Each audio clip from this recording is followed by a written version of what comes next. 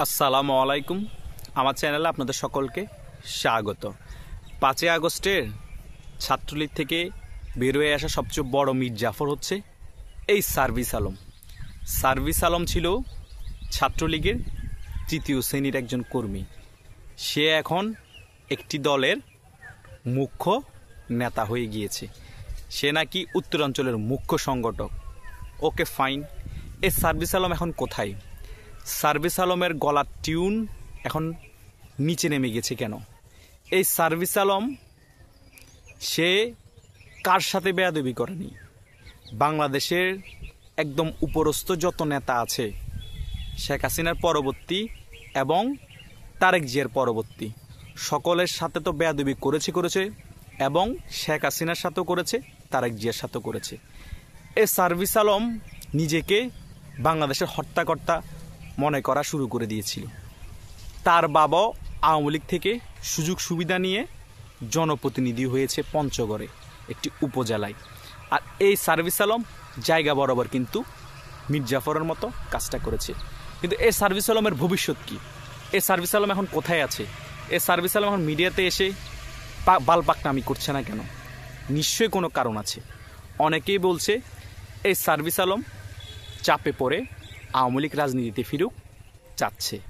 এটা কি আদৌ সত্য, নাকি এটা তাদের মধ্যে গ্রুপিংয়ের কারণে তাকে জনগণের কাছে কালার করা হচ্ছে, নাকি এটাও একটা তাদের নাটকের অংশ?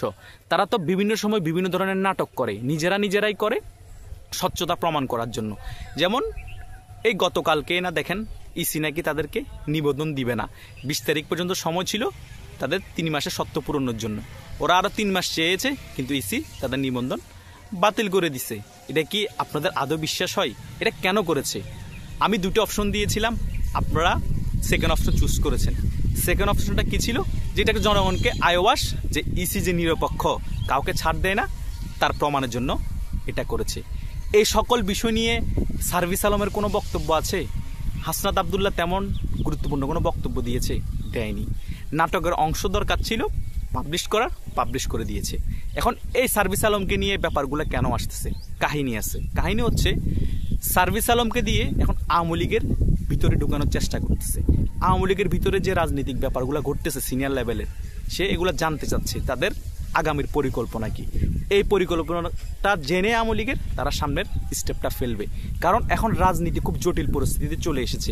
আওয়ামী লীগের অনেক শীর্ষস্থানীয় নেতা অনেক ব্যাপারে এখন আলোচনা করবে না, কারণ প্রত্যেকটা পদক্ষেপ খুব হুঁশিয়ার হয়ে ফেলতে হবে। সেই স্টেপগুলো বোঝার জন্য সার্ভিস আলমকে একটু আওয়ামীপন্থী দেখানোর চেষ্টা করা হচ্ছে। জেনুইনি সার্ভিস আলম সে ছাত্রলীগ করলো মনে পানে ছাত্রলীগের আদর্শ ধারণ করে না। তার অ্যাটিটিউড, চলাফেরা, কথাবার্তা কিন্তু একটু ডিফারেন্ট। আপনারা বুঝতে পারবেন সে কোন মতাদর্শ বিশ্বাস করে। হয়তো লুঙ্গির তলে ছিল বিদায় প্রকাশ করতে পারেনি, তার প্রবলেম হতে পারে সেই কারণে। তাই তাকে হাইলাইটস করে গ্রুপিং হচ্ছে, বিভক্ত হয়ে গিয়েছে, এগুলা করে এই টেকনিকটা খেলা হচ্ছে। তাই যারা ওর সাথে সক্ষতা আছেন, সিনিয়র লেভেলের বলেন হয় জুনিয়র লেভেলের, বিতর্কত কোনো কথা তাকে শেয়ার করা যাবে না। আমাদের সিনিয়র নেতৃবৃন্দরা অনেক বিজ্ঞ, অনেক রাজনীতি করেন, অনেক বছর ধরে রাজনীতি করেছেন, সকল কিছুই রাইট। আমরা পুচকে বাচ্চা ছেলে, কিন্তু বাচ্চা ছেলেদের কথাও কিন্তু অনেক সময় কাজে লেগে যেতে পারে, ইগনোর করা যাবে না। এই বাচ্চা ছেলেরাই কিন্তু এই গণ অভ্যুত্থানটা ঘটিয়েছে, ষড়যন্ত্রমূলকভাবে হোক বা জনগণের সমর্থন হোক, হয়েছে তো। তাই বাচ্চাদেরও কথা অনেক সময় কাজে লাগাতে হয়। আওয়ামী লীগ হয়ে গিয়েছে, আওয়ামী লীগের জন্য দুর্বলতা কাজ করে, এগুলো দেখি এখন অনেকে আওয়ামী লীগের সাথে ঢুকতে চাইবে কথা নেওয়ার জন্য। সে কারণে আমাদের সকলকে প্রত্যেক জায়গায় অ্যালার্ট থাকতে হবে।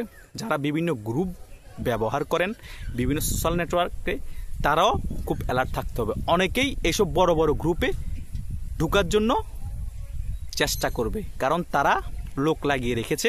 যেসব বড় বড় আওয়ামী লীগের টেলিগ্রাম গ্রুপ আছে, হোয়াটসঅ্যাপ গ্রুপ আছে, সেগুলোতে ঢুকে আওয়ামী লীগের গতিবিধি লক্ষ্য করার জন্য। আর আওয়ামী লীগের সিনিয়র নেতৃবৃন্দরা কী দিক নির্দেশনা দিচ্ছে, কোথায় কী হবে, সেগুলো জানার জন্য। এগুলো আপনারা এখন থেকে অ্যালার্ট হয়ে যেতে হবে। তা না হলে আমাদের সামনের পরিকল্পনা ভেস্তে যেতে পারে এবং এরা আবার সকল কিছু ধূলিসাৎ করে দিবে। এরা কিন্তু এখন চুপচাপ হয়ে অন্যদিকে কাজগুলো করে যাচ্ছে, মিডিয়াতে কম আসতেছে। এগুলাই হচ্ছে তাদের মেইন এজেন্ডা। এই এজেন্ডা যদি আমরা বুঝে শুনে সামনের স্টেপগুলো ফেলতে পারি, সফলতা আমাদের 100% আসবে। এইসব সার্ভিস আলম বাতাসে উড়ে যাবে, কারণ গালবাজি বেশি দিন চলে না। গালবাজি করে 8 মাস খেয়েছে, হয়তো আরও 8 মাস খাবে, এরপরে কোথায় যাবে? সব সার্ভিস আলম হারিয়ে যাবে। ধন্যবাদ সকলকে।